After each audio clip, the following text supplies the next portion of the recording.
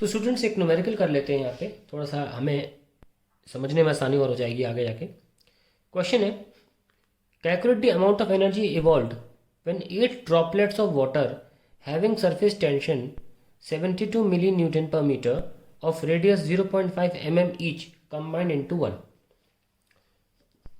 सबसे पहली बात तो जब 8 ड्रॉप अगर बिल्कुल आजू बाजू भी रखी होंगी ना ऐसे, ऐसे, तो इनका सरफेस एरिया कैसे निकालोगे? सरफेस एरिया वो होता है जो आप ऊपर से छू सकते हो, ऐसा ना। तो उसको हम आउटलाइन बनाते हैं तो आपको सरफेस एरिया दिख जाएगा। ये है सरफेस एरिया।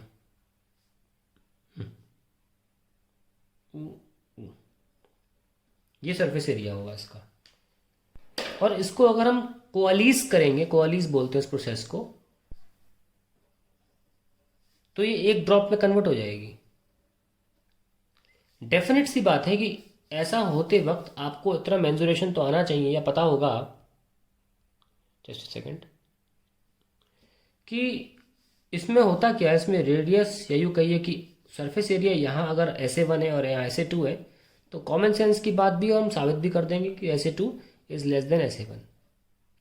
तो अगर एरिया डिक्रीज हो रहा है तो ऑब्वियसली एनर्जी भी डिक्रीज होगी, यस और नो। और अगर एनर्जी डिक्रीज होगी तो हीट रिलीज होगी। एनर्जी कहाँ जाएगी? रिलीज होगी ना हीट। तो इसमें हम ये कह सकते हैं कि यहाँ पे एरिया जो है वो डिक्रीज होगा। इसका मतलब क्या होगा? एनर्जी भी डिक्रीज होगी इस प्रोसेस में, एनर्जी डिक्रीजेस। और ये एनर्जी डिक्रीज होगी तो in the form of heat will be given out, heat will be given out, या energy will be released. Energy released भी बोल सकते हैं, एनर्जी रिलीज्ड, ऐसी अंग्रेजी का भी प्रयोग कर सकते हैं। तो ये हीट इवॉल्व होगी। लगे हाथ अब ये भी निकाल सकते हैं कि कितना तापमान भी गिर जाएगा, अब ये भी निकाल सकते हैं। खैर उसमें हम बाद में जाएंगे, एंड में वो करेंगे भी। चलिए सबसे पहले हमें यहाँ पर सरफेस एरिया निकाल लेना चाहिए। Surface area of one drop कितना है?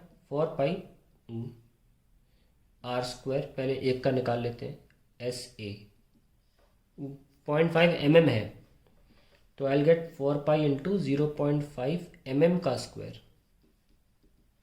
तो जो हो जाएगा 0.25 into 4 is 1 pi mm square is the surface area आपका। एक का आ जाता है ये। और हम आठों का निकाल लेते हैं। Surface area of 8 drops, it will be 8 times of pi mm square, so I get 8 pi mm square. अब हमें बड़ी जो ड्रॉप बनी होगी उसका निकालना है सरफेस एरिया। लेकिन बड़ी जो ड्रॉप बनेगी, surface area of one big drop,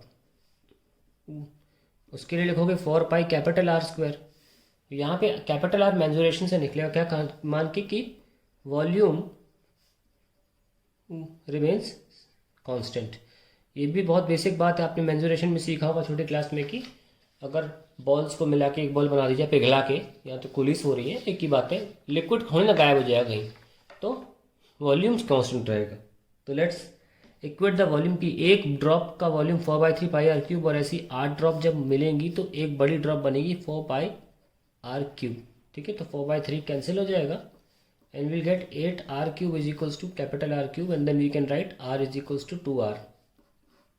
ये आ गया रिलेशन, ये आप यहाँ रख सकते हैं। तो surface area of one big drop will be 4πr की जगह 2r का स्क्वायर, दैट इज 16πr²। ये आपका यहाँ पे आ गया आंसर 16πr²। और हम डिफरेंस निकाल लेते हैं। सो डिक्रीज इन एरिया, आप देख सकते हैं कि जो हमारी ड्रॉप बड़ी वाली बनी है,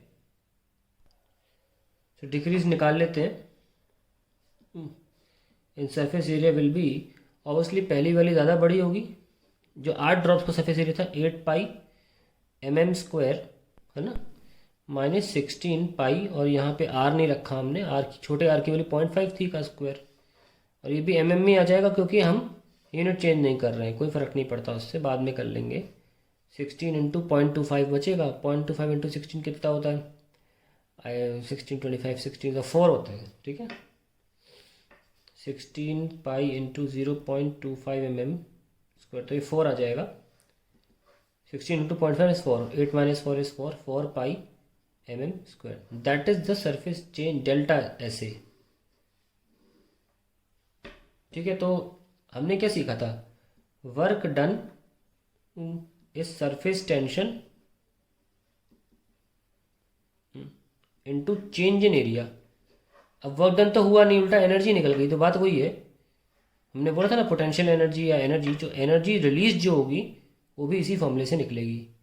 वर्क डन करोगे तो ये होगा, एनर्जी निकलेगी तो भी यही फॉर्मूला लगाना है।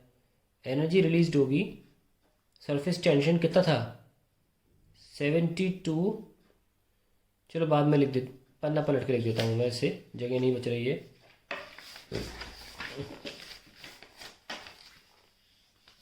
तो क्यू लिखते हैं एनर्जी रिलीज को, अक्सर एनर्जी रिलीज को क्यू से दिखाया जाता है, थर्मोडायनेमिक्स में देखेंगे हम। अभी लिख लो, Q is surface tension into delta है। सरफेस टेंशन आप देख सकते हैं सवाल में क्लियरली दे रखा है 72 मिली न्यूटन 10⁻³ न्यूटन पर मीटर। और अब इसको अभी हम चेंज कर लेंगे, 4 पाई mm² था ना, 4 पाई mm², तो चेंज कर लेते हैं, mm² की जगह लिख सकते हो 10⁻³ मीटर का होल स्क्वायर। सो 72 10⁻³ न्यूटन पर metre into 4 pi into 10⁻⁻6 metre square. तो ये कैंसिल, न्यूटन मीटर जूल होता है, 72 4 288 पाई 10⁻⁻9 जूल। तो ये आपका आंसर आ जाता है 288 पाई। ना एक जुगाड़ ये भी की जा सकती है कि आप इसको 2.88 लेके पाई लेके 10⁻⁻7 जूल कर दें। अब एक और जुगाड़ करता हूँ मैं, 2.88 इंटू 3 करा, डिवाइड बाई 3 किया। ऐसा क्यों किया मैंने, देखा मज़ा आएगा। π/3 1 होता है ना, π/3 एक्चुअल में 1.04 होता है, पर हम इसको 1 ले लेते हैं। तो ये बहुत ही जुगाड़ है, कभी भी पाई के टेबल से मल्टीप्लाई नहीं करना पड़ेगा। जब भी आए ना 3 से गुणा, 3 से डिवाइड कर दो, π/3 को 1 बना दो। अब 288 3 सा कितना वो निकालना है, 6 और 88 3 सा 264 आ रहा है, ठीक है। तो 6 and 8.64 आ जाएगा 10⁻⁻7। और चाहो तो इसे राउंड ऑफ कर लो, क्योंकि वैसे भी 1.04 है तो 8.7 मान लो इसे। तो ये करीब करीब आ जाएगा 8.7 10⁻⁻7 जूल। तो that is the energy released. अब पेज में जगह नहीं थी, थोड़ी कैलकुलेशन चाहिए पड़ेगी टेम्परेचर ड्रॉप के लिए। टेम्परेचर ड्रॉप के लिए ये होता है फॉर्मूला, हीट जब रिलीज होती है तो टेम्परेचर ड्रॉप होता है, उसका एक फॉर्मूला होता है which is equals to MC delta T। By chance आपने अगर ये फॉर्मूला सुना तो अच्छी बात है, और नहीं सुना तो कोई बात नहीं। इसे बोलते हैं हीट गेन्ड और हीट रिलीज। अभी रिलीज का मामला है तो आप रिलीज लिख लीजिए। इसे मास कहते हैं, और ये इसे बोलते हैं स्पेसिफिक हीट कैपेसिटी, जो हर लिक्विड की स्पेशल होती है। ये पानी की होती है और पानी की सवालों में दी जाती है, तो ऐसा कोई रॉकेट साइंस नहीं है। स्पेसिफिक हीट कैपेसिटी और पानी की हम यूज़ करेंगे यहाँ पे, क्योंकि लिक्विड जो था वो पानी था। पानी की होती 4200 जूल पर kg केल्विन। बस इस पे ध्यान दो, ये हमको सॉल्व करना है। तो हमें हीट कितनी आया 8.7 10⁻⁻7 mass of water into 4200 into delta T। यहाँ मास की problem, mass density into volume होता है। डेंसिटी कितनी थी 1000, और वॉल्यूम क्या होता है 4/3 पाई r³। और ऐसी कितनी ड्रॉप्स थी 8। ना π/3 को 1 मान लीजिए, है ना। तो 4 10⁻³ इंटू 0.5 10⁻³ इंटू 8। ये mm³ में आएगा, बाद में चेंज करेंगे इसको। 8 4 32, ओके। 10⁻³ into 0.125 10⁻⁻9 metre cube. मैंने mm³ को -9 मीटर क्यूब कर दिया। अब ज़रा इसको सॉल्व कर लीजिए। ये कितना आ रहा है पॉइंट, अगर हम इसको करते हैं 0.125 इंटू 4 तो आता 5 8 40, तो ये करीब 40 आएगा, ठीक है। सॉल्व भी कर लो, 40 ही आएगा वैसे। 125 इंटू तो 250, 375 0 हाँ 40 आ रहा है, ठीक है। This will come out to 40, और पॉइंट अपने लॉजिक के अकॉर्डिंग लगाओ तो 4 बनेगा 10⁻⁻6 metre cube. That is the mass we have, mass density sorry kg। ये अकेला मीटर क्यूब है, पर यहाँ से मिल के ultimately mass will be in kg।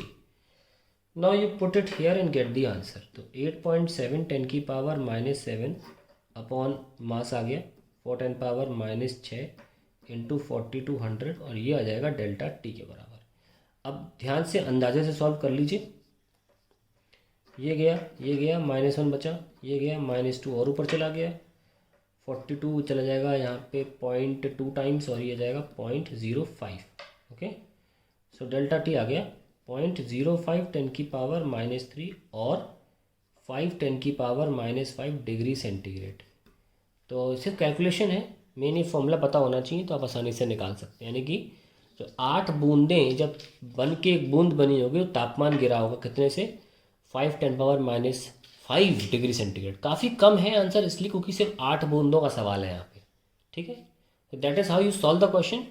अगर आपको ये पार्ट अभी अच्छा नहीं लग रहा है तो कोई बात नहीं, हमारा मुद्दा वैसे भी सॉल्व करने का सिर्फ ये हिस्सा था। आ गया ये रहा भाई हमारा जो सवाल था ना, सवाल वैसे भी सिर्फ यही था, फाइंड दी एनर्जी रिलीज्ड, वो निकाल लिया। और दूसरी बात अगर ये करना है तो कोई बड़ी बात तो है नहीं, इसमें आप सीधे MC डेल्टा टी लगाओ और डेल्टा टी निकाल लो, तो इट्स वेरी इजी।